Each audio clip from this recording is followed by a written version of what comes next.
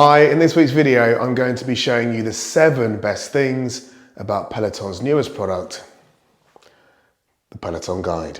Before I start, this is one of 2 videos. So this is the best things video about the Peloton Guide.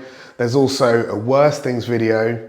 And at the end of this video, it will link to that one. So please watch both videos for balance. And if you've got a Peloton Guide, let us all know how you get on with it in the comments. Let's get cracking. Number 1 is involvement.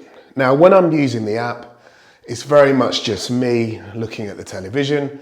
However, when I'm using the guide, even though I know intellectually it's just me and not me and Rebecca here working out together, I do find that I end up working, say, 5 to 10% harder. And although that doesn't sound like much, if you like weight training, you'll probably know that it's the last 5 or 10% of any set that is kind of where the growth happens. And if I just stand still and do nothing, I'm actually watching myself doing nothing, which encourages me to actually start using the weights again.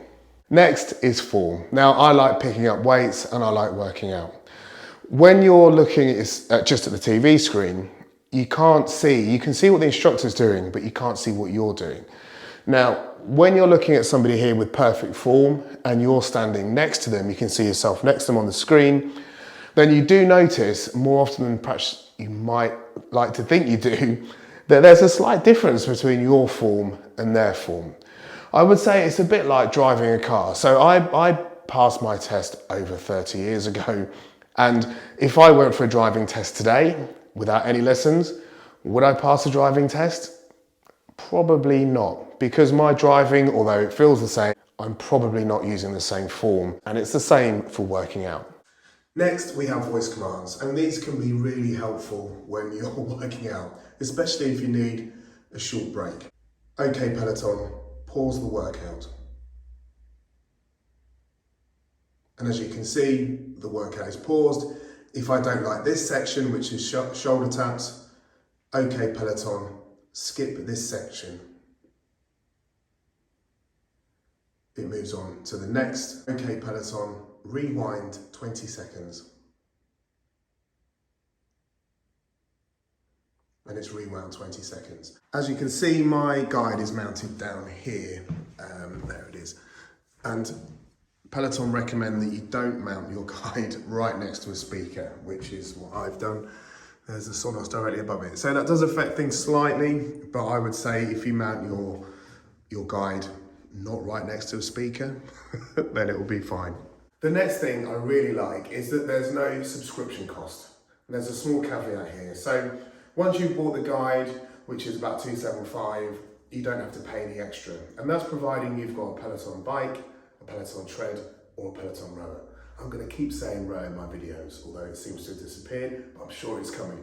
So if you've got a full all-access Peloton membership, as I mentioned, bike, tread, rower, right now, then you don't pay any extra subscription for this device.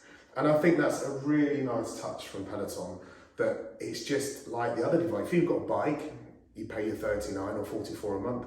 If you had a tread, you don't pay any more for that. If you have the rower, I'm assuming that you won't pay any more for that. So the more Peloton devices you own, actually the better value your subscription cost becomes. The next best thing, and something that really impressed me, is the delivery time. So this came 32 hours after I pressed the buy button. So do you remember in lockdown, people waiting 6-7 months for a bike? None of that, none of the standard wait as well, several weeks for a Peloton product. 32 hours after pressing buy, this arrived. Another thing I really like about this device is that it's so discreet. If you look at the television, it's just there underneath. It's not particularly visible. Let's compare it to the size of the dumbbells here. And it's just a really cute little looking device. Now, I think it does look a little bit like a one-eyed Johnny 5, if you remember that. And I'm sorry if you can't now unsee that. But yeah, it's a nice looking device. The last thing that I really like about the guide is that Peloton are committed to keep developing the product, or they seem to be at least. So When I first bought this, I've only had it a few weeks, it didn't have Apple Watch integration. It now does.